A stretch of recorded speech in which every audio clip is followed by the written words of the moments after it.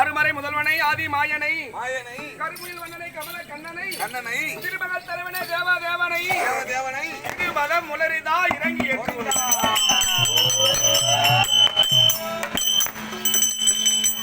அனைத்து வளங்களை பெற்று நோயற்ற செல்வத்தோடு எங்கள் அண்ணனை விளம்படியான நாராயண அருளை பெற்று 16 செல்வங்களோடு பெருமாள் ஆசீர்வாதம்.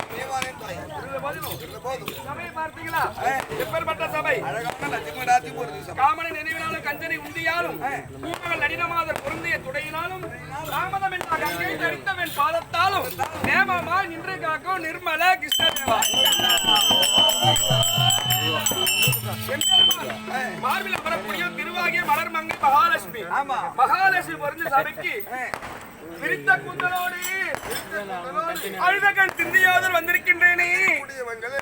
அம்மா எந்நாட்டுக்கரசி, என் பேர் என்ன, விருத்தாந்தம் என்ன, பிறந்த விளக்கம், எங்கள் மன்னர்கள் யார் அப்படின்னு விளக்கம் உங்களுக்கு தெரியுமா? தெரியாது. 5 நதியில் பாயக்கூடிய பாஞ்சாலபுரி பட்டணம் பிறந்த தேசம். பாஞ்சால தேசத்தை ஆண்டு வரும்படியான என் தந்தையா விலங்கல் பாஞ்சால மன்னன் துரோணாச்சாரியரும் கல்வியை கற்று வந்தார்கள். கல்வியை கற்று வந்ததும் அந்த கல்வியாகப்பட்டது அனைத்து கல்வி ஏறினாலும் ஒரு சில கல்வியாகப்பட்டது ஏறவில்லை தந்தைக்கு. அப்படி என்றால் தனுர்வித்தை சொல்லும்படியான தனுர்வித்தை என் தந்தைக்கு சரிவர ஏறவில்லை. ஆமாம், அது இருக்கும்படி துரோணாச்சாரியரும் இந்த கல்வியை கற்றுக் கொடுத்தால் சிறு காலத்தில் நீங்கள் என்ன கேட்கின்றீர்களோ நான் கொடுக்கின்றேன் என்று சொல்லவும் அதுக்கு விளக்கப்படியாக அந்த கல்வியை போய்த்தான் துரோணாச்சாரியர் கல்வி கற்றவுடனே என் தந்தையா விளவனை பாஞ்சால மன்னன் பாஞ்சால தேசத்திற்கு அரசு பதவி ஏற்றதும் அது விளங்குபடியான சிவன் அருளால துரோணாச்சாரியருக்கும் கிருபாங்கனி அம்மையாருக்கும் ஒரு அஸ்வத் மூலமா ஒரு குழந்தை பிறந்தது. அந்த குழந்தையாகப்பட்டது மனித உடல், குதிரை முகம். இந்த குழந்தை எப்படி வளர்ப்பது அப்படி என்று அந்த அம்மா கேட்கவும் சிறு வயதில் நண்பனா விளங்குபடியா பாஞ்சால மன்னன் கல்வி கற்றுக் கொடுத்தால் எது கேட்கின்றீர்களோ அதை கொடுக்கிறேன் என்று சொன்னார்களே. அங்கு சென்று ஒரு கன்றும் ஒரு பசு வாங்கி வந்தால் இந்த குழந்தை வளர்த்துக் கொள்ளலாம் அப்படி என்று அந்த அம்மையா விளங்கும்படியான கிருபாங்கனி சொல்லவும் ஓட்டோட்டமா ஓடி வந்து தந்தையா பாஞ்சால மன்னிடம், நண்பா, இன்னொரு காலத்தில் எனக்கு ஒரு வாக்கு கொடுத்தாயி, எது அந்த கல்வி கற்றுக் கொடுத்ததும் ஏதாவது கை கடனா பொருளோ ஒரு நாடோ கொடுக்கிறேன்னு சொன்னாரு. எனக்கு எதுவும் வேண்டாம், ஒரு கன்றும் ஒரு பசுவும் கொடுத்தால் ஒரு பசுவும் கன்றும் அந்த குழந்தை வளர்த்துக் கொள்கிறேன் அப்படின்னு சொல்லவும் வந்திருக்கக்கூடிய பிராமணன் ஒன்று கேட்டால் மறுபடியும் கேட்பான். அதனால் மந்திரி விடுத்து நல்லவும் ஓட்டோட்டமா சென்றார். அவர் எங்க சென்றார்? அதற்கு பட்டியான டெல்லி அத்திமா நகரம் 100 பிள்ளை விளங்கும்படியான கௌரவருக்கும் பஞ்ச பாண்டவருக்கும் 105 பிள்ளைகளுக்கு இந்த கல்வியை கற்றுக் கொடுத்தார். குருவாக அமர்ந்து கல்வியை கற்றுக் கொடுத்தார். கற்றுக் கொடுக்கவும் அதுல தேர்ச்சி பெற்றவர். ஆனால் அழக அர்ஜுன பெருமாள். ஆமா, குருகாணிக்கு என்று கேட்கவும் என்ன செய்வது? அத பாஞ்சால மன்னனை பிடித்து ரதகோமிக்கடி கட்டி ராஜாக்கள் அவர்களை நிறுத்தினால் அதுவே குருகாணிக்கு என்று சொன்னார். சிரிப்பில் பயமறியாது ஓட்டோட்டமா ஓடி வந்து தந்தையை பிடித்து அடித்து கட்டி ராஜாக்கள் அவர் சபை நிறுத்தி விட்டார். அது ஒரு சொல்லபடியான அவனோ பிராமணன் சொன்ன சொல்ல நிறைவேற்றி விட்டார். நீ சத்திரகுலத்தை பிறந்த மன்னனாச்சு, நீ என்ன செய்ய போயிட்டாய் அப்படின்னு சொல்லவும் அங்க என்ன நடந்தது தெரியுமா?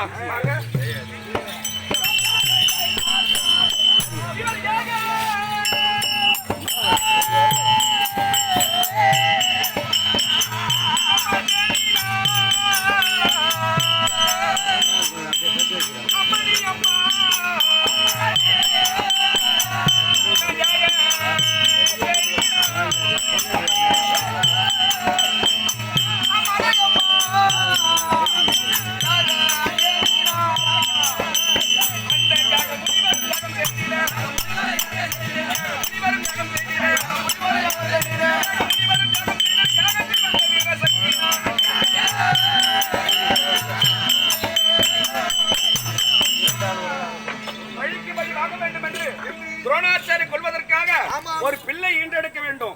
அதை பிடித்து வந்தானே சிறு பிள்ளை அர்ஜுன பெருமான், அந்த குழந்தை கட்டி தழுவதற்கு ஒரு பெண் பிள்ளை ஈன்றெடுக்க வேண்டும்.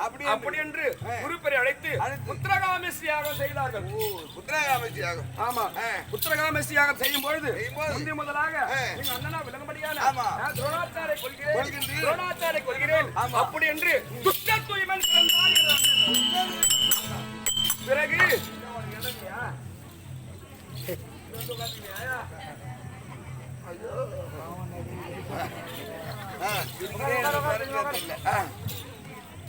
துரோணாச்சாரை கொள்கிறேன் அப்படி என்று எனது அண்ணன் துஷ்ட தூய்மன் பிறந்தார்.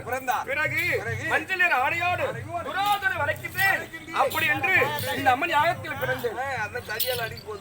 யாகத்தில் பிறந்ததால் யாகசேனி என்றும் துரோண மன்னனுக்கு மகளாய் பிறந்ததால் திரௌபதி என்றும் இந்த பாஞ்சாலபுரி பட்டணத்திற்கு இளவரசியா வாழ்ந்ததால் பாஞ்சாலி என்றும் பற்பல நாட்கள் வைத்து வளர்ந்து வரும் பொழுது எனக்காக நியமிக்கப்பட்ட மன்னவர் எப்ப வருவார், என்னை திருமணம் செய்வார் அப்படி அது இருக்கும்படியான அரக்கு மாளிகையில் ராஜாக்களும் குந்தமா தேவியும் இறந்து விட்டார்கள் என்று அருசேரி கேட்டு பாடிய பொழுது அப்பா நீங்க அன்று நியமித்தீர்களே யாரு இவர்தான் கணவர் என்று ஒரு உருவப்படத்தை காட்டுனீங்களே, எங்கப்பா கணவர், எப்ப வருவார், எப்ப மாலையிடுவார்? அம்மா திரௌபதி எதற்கும் வருத்த வேண்டாம், வியாசபெருமான் வந்தார். அது இருக்கும்படியான இந்த பிள்ளை வளைப்பவருக்கு பாஞ்சாலி என்று அப்படி என்று நிறுவனமாகப்பட்டது.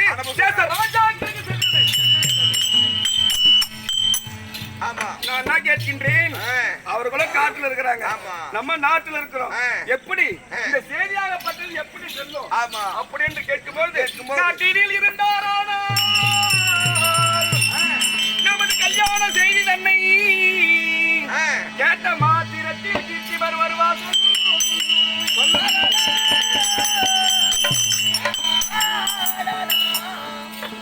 அவர் காட்டினில் இருந்தாரானா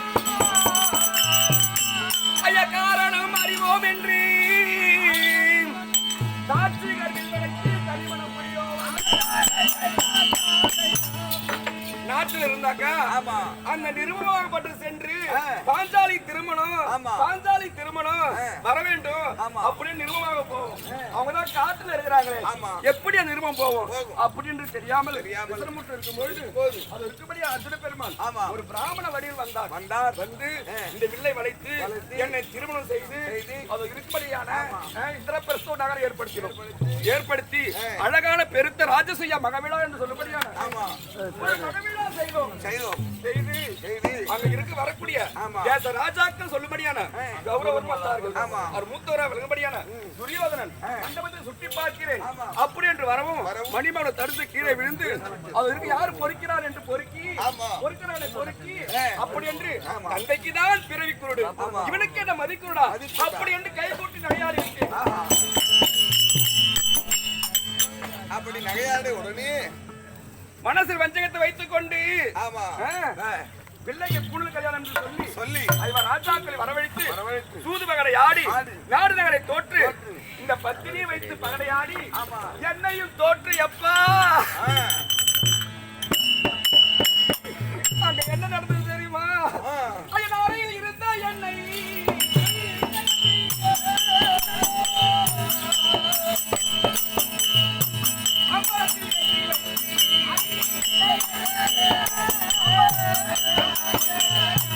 அறையில் இருந்தால் என்னை அம்பலத்தில் ஏற்றி வைத்து துச்சாதனனை கொண்டு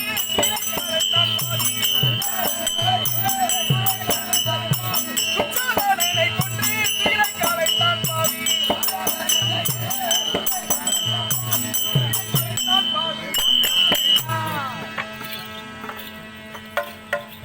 என் மாமியா விலங்கும்படி என் காந்தாரி அரண்மனை தன்னந்தலும் இருக்கும் பொழுது ஓட்டோட்டமா ஓடி வந்தான் பாவி துச்சாதனன். அடியே திரௌபதா அடியே திரௌபதா பாடி ஓடி என்று பேசி என்னை பிடித்து இழுத்து ராஜாக்கள் அவன் சமீபப்பட்டது. டெல்லி அத்திமா நகரை இழுத்து வந்தான்.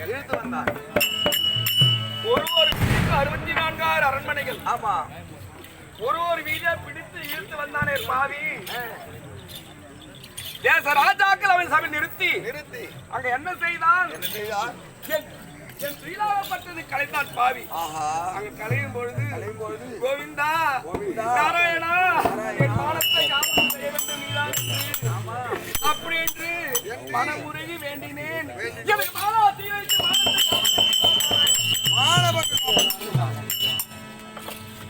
அவன் கலைய எனக்கு துயிலாகப்பட்டது எங்க அண்ணன் நாராயணன் மறைமுகமா இருந்து காட்சியளித்தான். அங்கே சபதம் செய்தேன். தெளிவா பாப்பா உன தேடின்னு வரான். அங்கே என்ன சபதம் செய்தேன்?